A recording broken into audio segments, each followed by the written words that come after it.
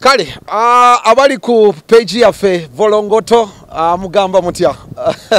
Ndino omusajja yakagobwa ku TV zonna. Omanyi muogera. Oyogira nyunyu. Ko kalabe. Nenze mbabuulira ate osanyuka ki? Ko kalabe. Osanyuka ki? Tebagobye. Bagobye. Tosanyukanga. Tebagobye. Ate mbabuulira leero. Tebagobye ku TV. Andi soko tokikuliriza nja kukuba. Ntokuba. Ntaka lya nnyoko. Sirya nnyoko. Lya nnyoko. Sirya nnyoko. Kukwate nkunyige. Nenga bagobye. Tuli bakambwe sobola ulira tobuuzanga. Songa za bajeno zirekere bajeno. Secondly, bwembanga nfudde ku TV ne radio so na government ya Museveni egudde. Era kanjikunamidde kati njikunamidde musira. Ari kati government yakoze njikunamidde mafia. Ba mafia. Uganda ina ba mafia. Yes, probably anata ina bulwadde. Nakugamba ati ebyobufuzi biringa kabina tekatukula. Eva kabamuddate. Eva mafia ne balwana. Zandi saint nze papa yanangira ndi mulamu ndi saint. I'm a saint. You are fighting saints. Government ne mujira kamwe embizi. Fepa professors ne mutufulumya Eva. Mafia lwachi bankuba. Lwachi bankuba Eva. Chavudde kuchi. Mpsonga za Paulo Kafero. Nti Paulo Kafero. Paulo Kafero yazara abana aba. Bata. Ejo nemi yawe jola basijja Kafero bana ba mayinja. Abana ba mayinja ne walukaga. Kati baze Kafero yatuzala bisirani mu.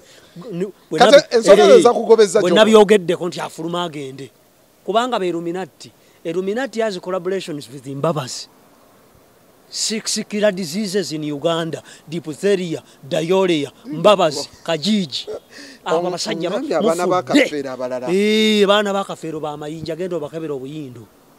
So DNA etubonabonera za bwerere. Mubonabona bwerere. Mafia bonna yogera ensonga ne bavaayo bankube. Naye nze ndisiwunyika muninga katulika toyi munja kunneya simula. Bagala kuzikula tata wa. Nabagamba. Nze okuva obutondi musajja wa byafaayo. Ku myaka 2 nga tebanyambulira abantu. Nga nagejja nti ninga VJ Junior ku myezi egi. Nga nze sina pampa entuuka. Lwaki? Kati a person to come and play with me ku myaka gino. Nabagambye mafia ensonga 2. Sita damiri akasire gwanga liri. Kasekanga bakwasize ddamu. Kasire gwanga yazalo omwana omu. Ani. Ba mafia balabana atira okufa. Ne batandika okusasanya ekiramo ku social media. Mbo kasire gwanga bamusasanya. Ba mafia ne badduka ebukunja. Omwana wa kasire gwanga yani. Ba mafia ne badduka ebukunja Kafeero azikulu bagala kumulya.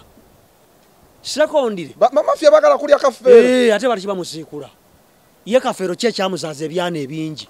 Wali ako munyankola kayanira abaana. Bo bazala ababa. Babiri. Abasajja abaganda. Tuyina okusajjala tamwe baavu mwe muzaala kati enzaano oziraba. Kayihula olodde kunga akabira abaana ba Museveni. Kati abaana tobagira basikule omulambo bafune DNA. Anso bagende wa amayinja taliwo. Abaana bamu ba amayinja, abamu ba Ndawusi, abamu Senkubuge. Kuliko abaana 5 ba Kafeero. Secondly, omugenzi Kasirye Gwanga yagenda okufa nandekera na mwandu omu. N'omwana omu mulabirire Zala Toto. Secondly, namwandu sokolindeko. Namwandu yagundi Zala Toto. Bino biwanvu. Mafia ogenda namukukwasa. Temujja kunsobola basajja mu. Kasirye Gwanga azala omwana omu. Ani. King Saha. Omwana ne gwonooneka. Omwana era Kasirye Gwanga Dr. T. No, gendo. King Saha mujinawe. Anti gendo kebera amannyo n'ennyambala n'endabika oba si mwana we. King Saha no omukwano gwo gundeze. Gendo mubuuze. Bwe yazala omwana gumune gwonooneka muzaala Toto n'aguleka. N'agamba nti Dr. T anti ulira Zala Toto yazala King Saha. Gendo mubeera mu loogi. Munoonya nzikufe tubeera mu research. Waguni mu Sudan. Every person who fights bitemulina kulibidality. Lwaki? Mu Abaganda what you can invent is only nti embalabe bw'ogisako kologate eyengera mangu. What else? Ne Katikkiro mwamufuma.